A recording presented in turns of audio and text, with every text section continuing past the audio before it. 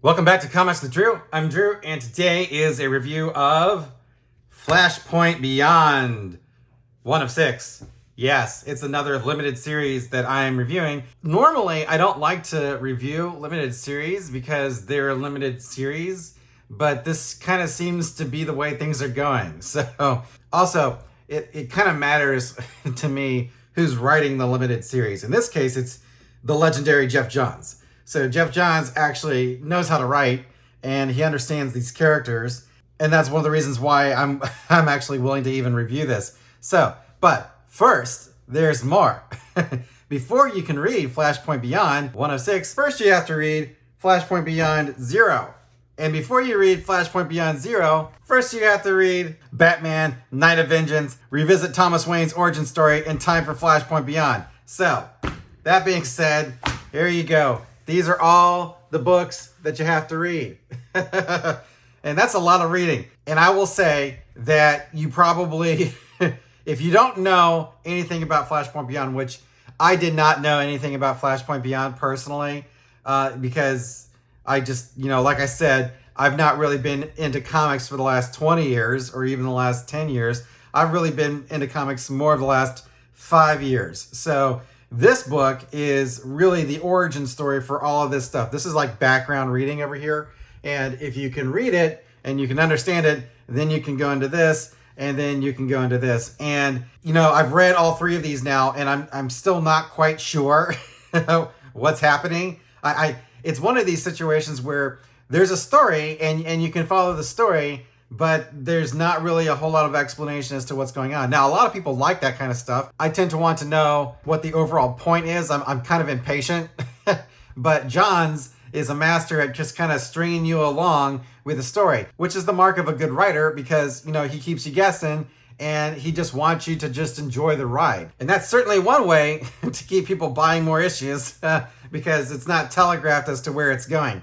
That being said, if you have not read any of these, let's just start off with this one here. So yeah, you didn't expect this, right? You didn't expect a surprise 3-book review, but it's kind of necessary. So with Night of Vengeance, Batman Night of Vengeance, this is like an alternate version of Batman where this is Thomas Wayne as Batman, and apparently Oswald Cobblepot is not the Penguin. He's almost he's a bit like the Alfred to Thomas Wayne's Batman. Now, don't come up in the comments here and say, well, you should know blah, blah, blah, blah. No, this is a weird kind of alternate universe Batman, so I don't know a lot about it, which is kind of refreshing not knowing about it because then you can see how things kind of get turned around. And it's kind of fun when you see a character and your expectations are, subverted because it's not quite what you're looking for, or it's not quite what you're expecting. So this is a dark, dark story. And it's great because you have the Flash coming in and undoing everything, and Azarella has a lot of fun with,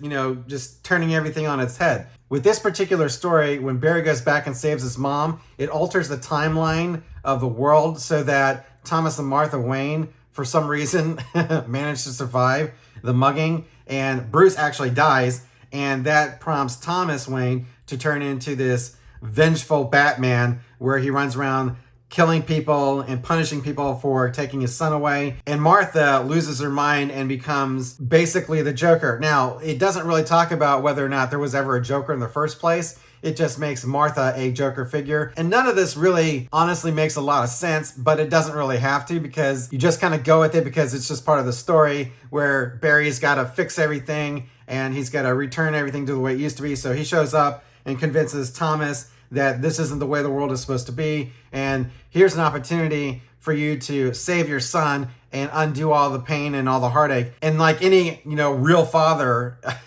would jump at the chance to do something like that. So Thomas Wayne helps the Flash put everything back, and then the timeline's restored and everything's wonderful. So now Geoff Johns comes back to DC and says, you know what, I want to do another Flashpoint story based upon this particular idea of what's going on here with Thomas Wayne and how things are not supposed to be the way they are. So in Flashpoint Beyond 0, all of the events of this book are undone. So now we're back to Thomas Wayne is back being Batman, and he knows that something's not quite right, and so he tries to fix things by going and finding Barry Allen, who's not the Flash in this reality, and trying to make him the Flash but then Aquaman allegedly comes in, murders Barry Allen during the entire experiment where Thomas Wayne is setting him up to be struck by lightning. Pro tip: if you've got a friend that you think is going to turn into some kind of super fast dude by being struck by lightning with, like, a bucket of bleach at his feet, don't do it.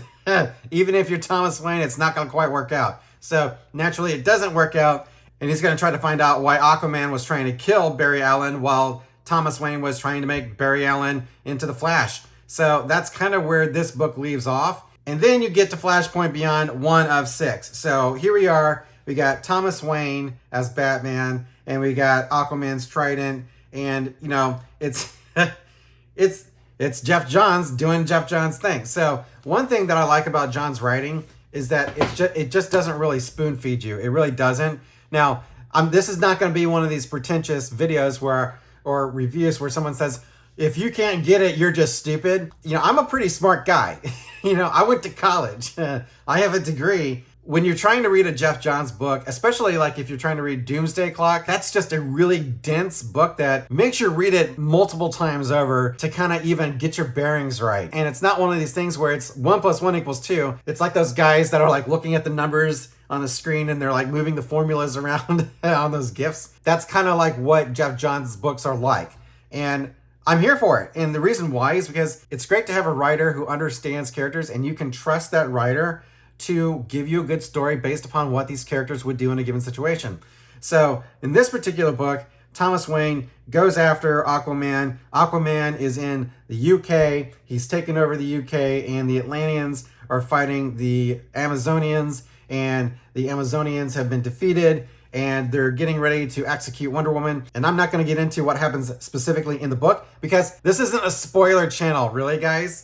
So I will put spoilers, but I'm not going to recount everything that happens in a comic book like some people out there do. It drives me crazy personally. I really like the fact that Johns gives you just enough of the story to keep you moving along with it. So there's just not really anything that you can telegraph, hey, this is where this is going to go. We don't know why Thomas Wayne is restored or his reality is restored. The stuff that Bruce Wayne's doing in the regular timeline appear to be bringing this back. So we don't know Bruce's motivations. We don't know what he's trying to do. His activities, though, seem to be causing Barry to think that the Reverse Flash is back. So again, we don't know what Bruce is trying to do, but we do know that what he's trying to do is kind of sketchy. I like the story. I like the fact that we don't really know where it's going, and there's a lot to chew on about Bruce's motivations here. So from what I can tell, Bruce is trying to solve some kind of clockwork killer story, and in the process of doing that, he's actually causing Thomas Wayne's reality to be restored, and Thomas Wayne is trying to undo his reality. So we have basically two Batmen going at each other without even realizing it. And that's a really great setup for a story. So I'll give it a 4-star rating tentatively at this point, because anytime you've got two Batmen working against each other and Geoff Johns is writing it, that sounds like a good time to me. Now, I do want to talk about something else though. This Beyond thing. I'm kind of getting tired of the Beyond stuff. Everything is Beyond, Beyond, Beyond. We got Batman Beyond the White Knight. We got Flashpoint Beyond. It's just like everything is Beyond.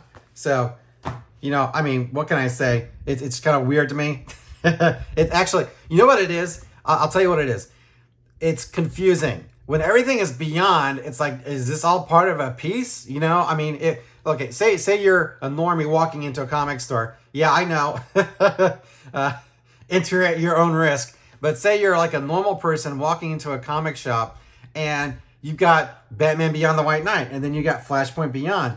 I mean, if there's someone that's not talking to you, you can be really confused by this. So, I've kind of talked about the fact that DC needs to get their trade dress like on point and they're not really doing it. I don't really know how you would necessarily avoid this or correct this problem, but they should like put the word Beyond on hiatus for a while, in my opinion. So again, Batman Flashpoint Beyond, and actually this is funny. This is actually written by 3 different people. So I keep talking about Geoff Johns, but it's also written by Jeremy Adams and Tim Sheridan. So you got 3 writers, and then you've got Zermanico, again, with guys that I can't pronounce their names. What is it? Why do I keep buying books where I can't read people's names? Anyway, Zermanico, this person here. And then Michael, I guess was it Michelle or Michael Janet? Does somebody have a pronunciation guide for all the names out there? I would really like that. Colors are by Fajardo Jr. I'm pretty sure that's Fajardo Jr. And there you go. So it's a great book. There's not really a lot to go on as far as where the story is going. And sometimes that's really the mark of a great writer or a great set of writers, when you can build something slowly. And I think that this is building up to a great story. So we'll see how it goes. It's only 6 issues, unless, it turns out to be like a Batman Who Laughs situation where it was going to be 5, but then it was 6. So anyway, Flashpoint Beyond, 1 of 6. Go ahead and pick it up, but make sure that first you get 0.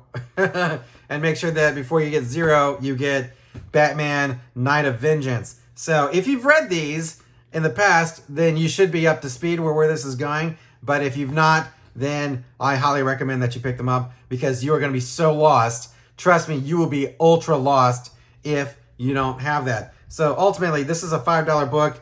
This is a $6 book. And this is a $7 book. So 13. So we're looking at 21 bucks to start off and get you all set up. Yay. I hope those inflation numbers aren't killing your comic budget. 2 Batmen versus each other, not really knowing necessarily that they're going against each other. And we have Geoff Johns as the main writer. This should be fun. So there you go. Thanks for watching Comics with Drew. I'm Drew, and I'll catch you next time.